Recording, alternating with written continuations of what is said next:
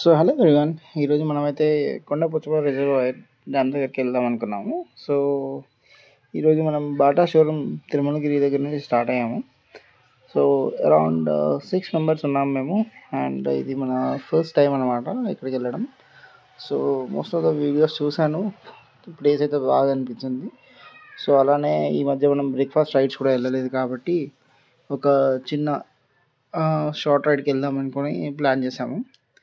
So ఇది basically మనకి Mulugu district దగ్గర ఉంది. సో ఆ ములుగు దగ్గర నుంచి మనం రైట్ సైడ్ తీసుకుంటే మనకి కొండపోచమ్మ రిజర్వాయర్ రూట్ అయితే మనకు కనెక్ట్ అవుతుంది. సో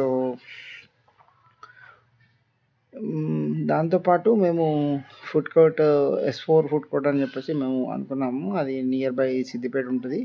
అండ్ ఇక్కడ ముందట మన వాళ్ళైతే వెళ్తున్నారు. సో దీనిలో ఒక బిగినర్ ఉన్నాడు, మిగతా అందరైతే ఎక్స్పీరియన్స్ రైడర్సే ఉన్నారు. సో నా ముందట ఉన్నవాడు అయితే బిగినర్, బట్ బాగానే నడుపుతున్నాడు. అండ్ ఈ రూట్లో చాలా వరకు చాలామంది బైకర్స్ కనిపిస్తూ ఉంటారు. సో ట్రాఫిక్ జామ్, ఈ హైవేలో కూడా ట్రాఫిక్ జామ్ అనుకున్నాను. బట్ ట్విస్ట్ ఏంటంటే ఇక్కడ ఒక చిన్న కుక్కపిల్ల ఉంది. సో దాన్ని సేవ్ చేయడానికి అందరు కూడా స్లో అయ్యారు. సో ఇది పప్పీ డాగ్ అనమాట. సో దీనివల్ల మొత్తం అంతా ట్రాఫిక్ జామ్ అయిపోయింది. And then let's continue our ride. So ఇది మనకి కరీంనగర్ హైవే అన్నమాట మనకి. సో ఎవ్రీ సండే సాటర్డేస్ మీరు ఎప్పుడైనా సరే ఈ రూట్లో వెళ్తున్నట్టయితే మీకు మోస్ట్లీ ఇట్లా సైక్లింగ్ చేసేవాళ్ళు, లేకపోతే మనకి బైక్ రైడర్స్ కానీ సూపర్ బైక్స్ కానీ చాలా విజిబుల్ ఉంటాయి. అండ్ ఇది మనకి షామీర్పేట దగ్గరకు వచ్చేసాము. అండ్ లెఫ్ట్ సైడ్లో ఉండేది మనకి షామీర్పేట లేక్.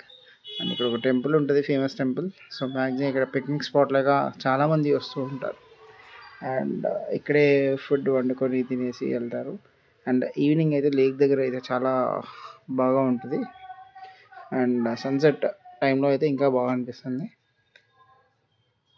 సో మనకి ఇక్కడ నుంచి అరౌండ్ 65 కిలోమీటర్స్ ఉంది.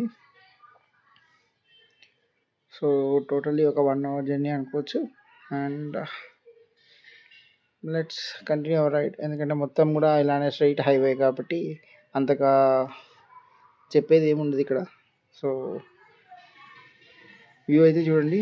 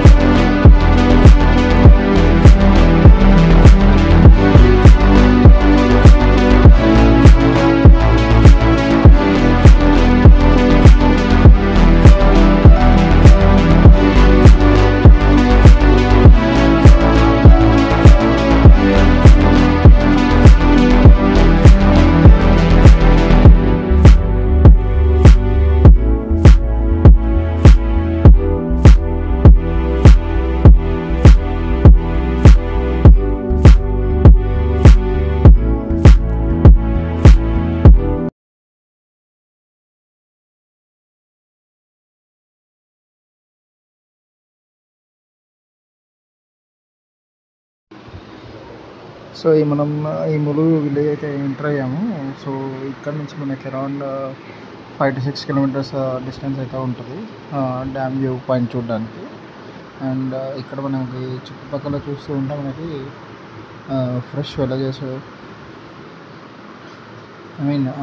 మొత్తం పంట పొలాలుతోని మంచిగా గ్రీనరీ ఫుల్ ఆఫ్ గ్రీనరీతోనే ఉంటుంది.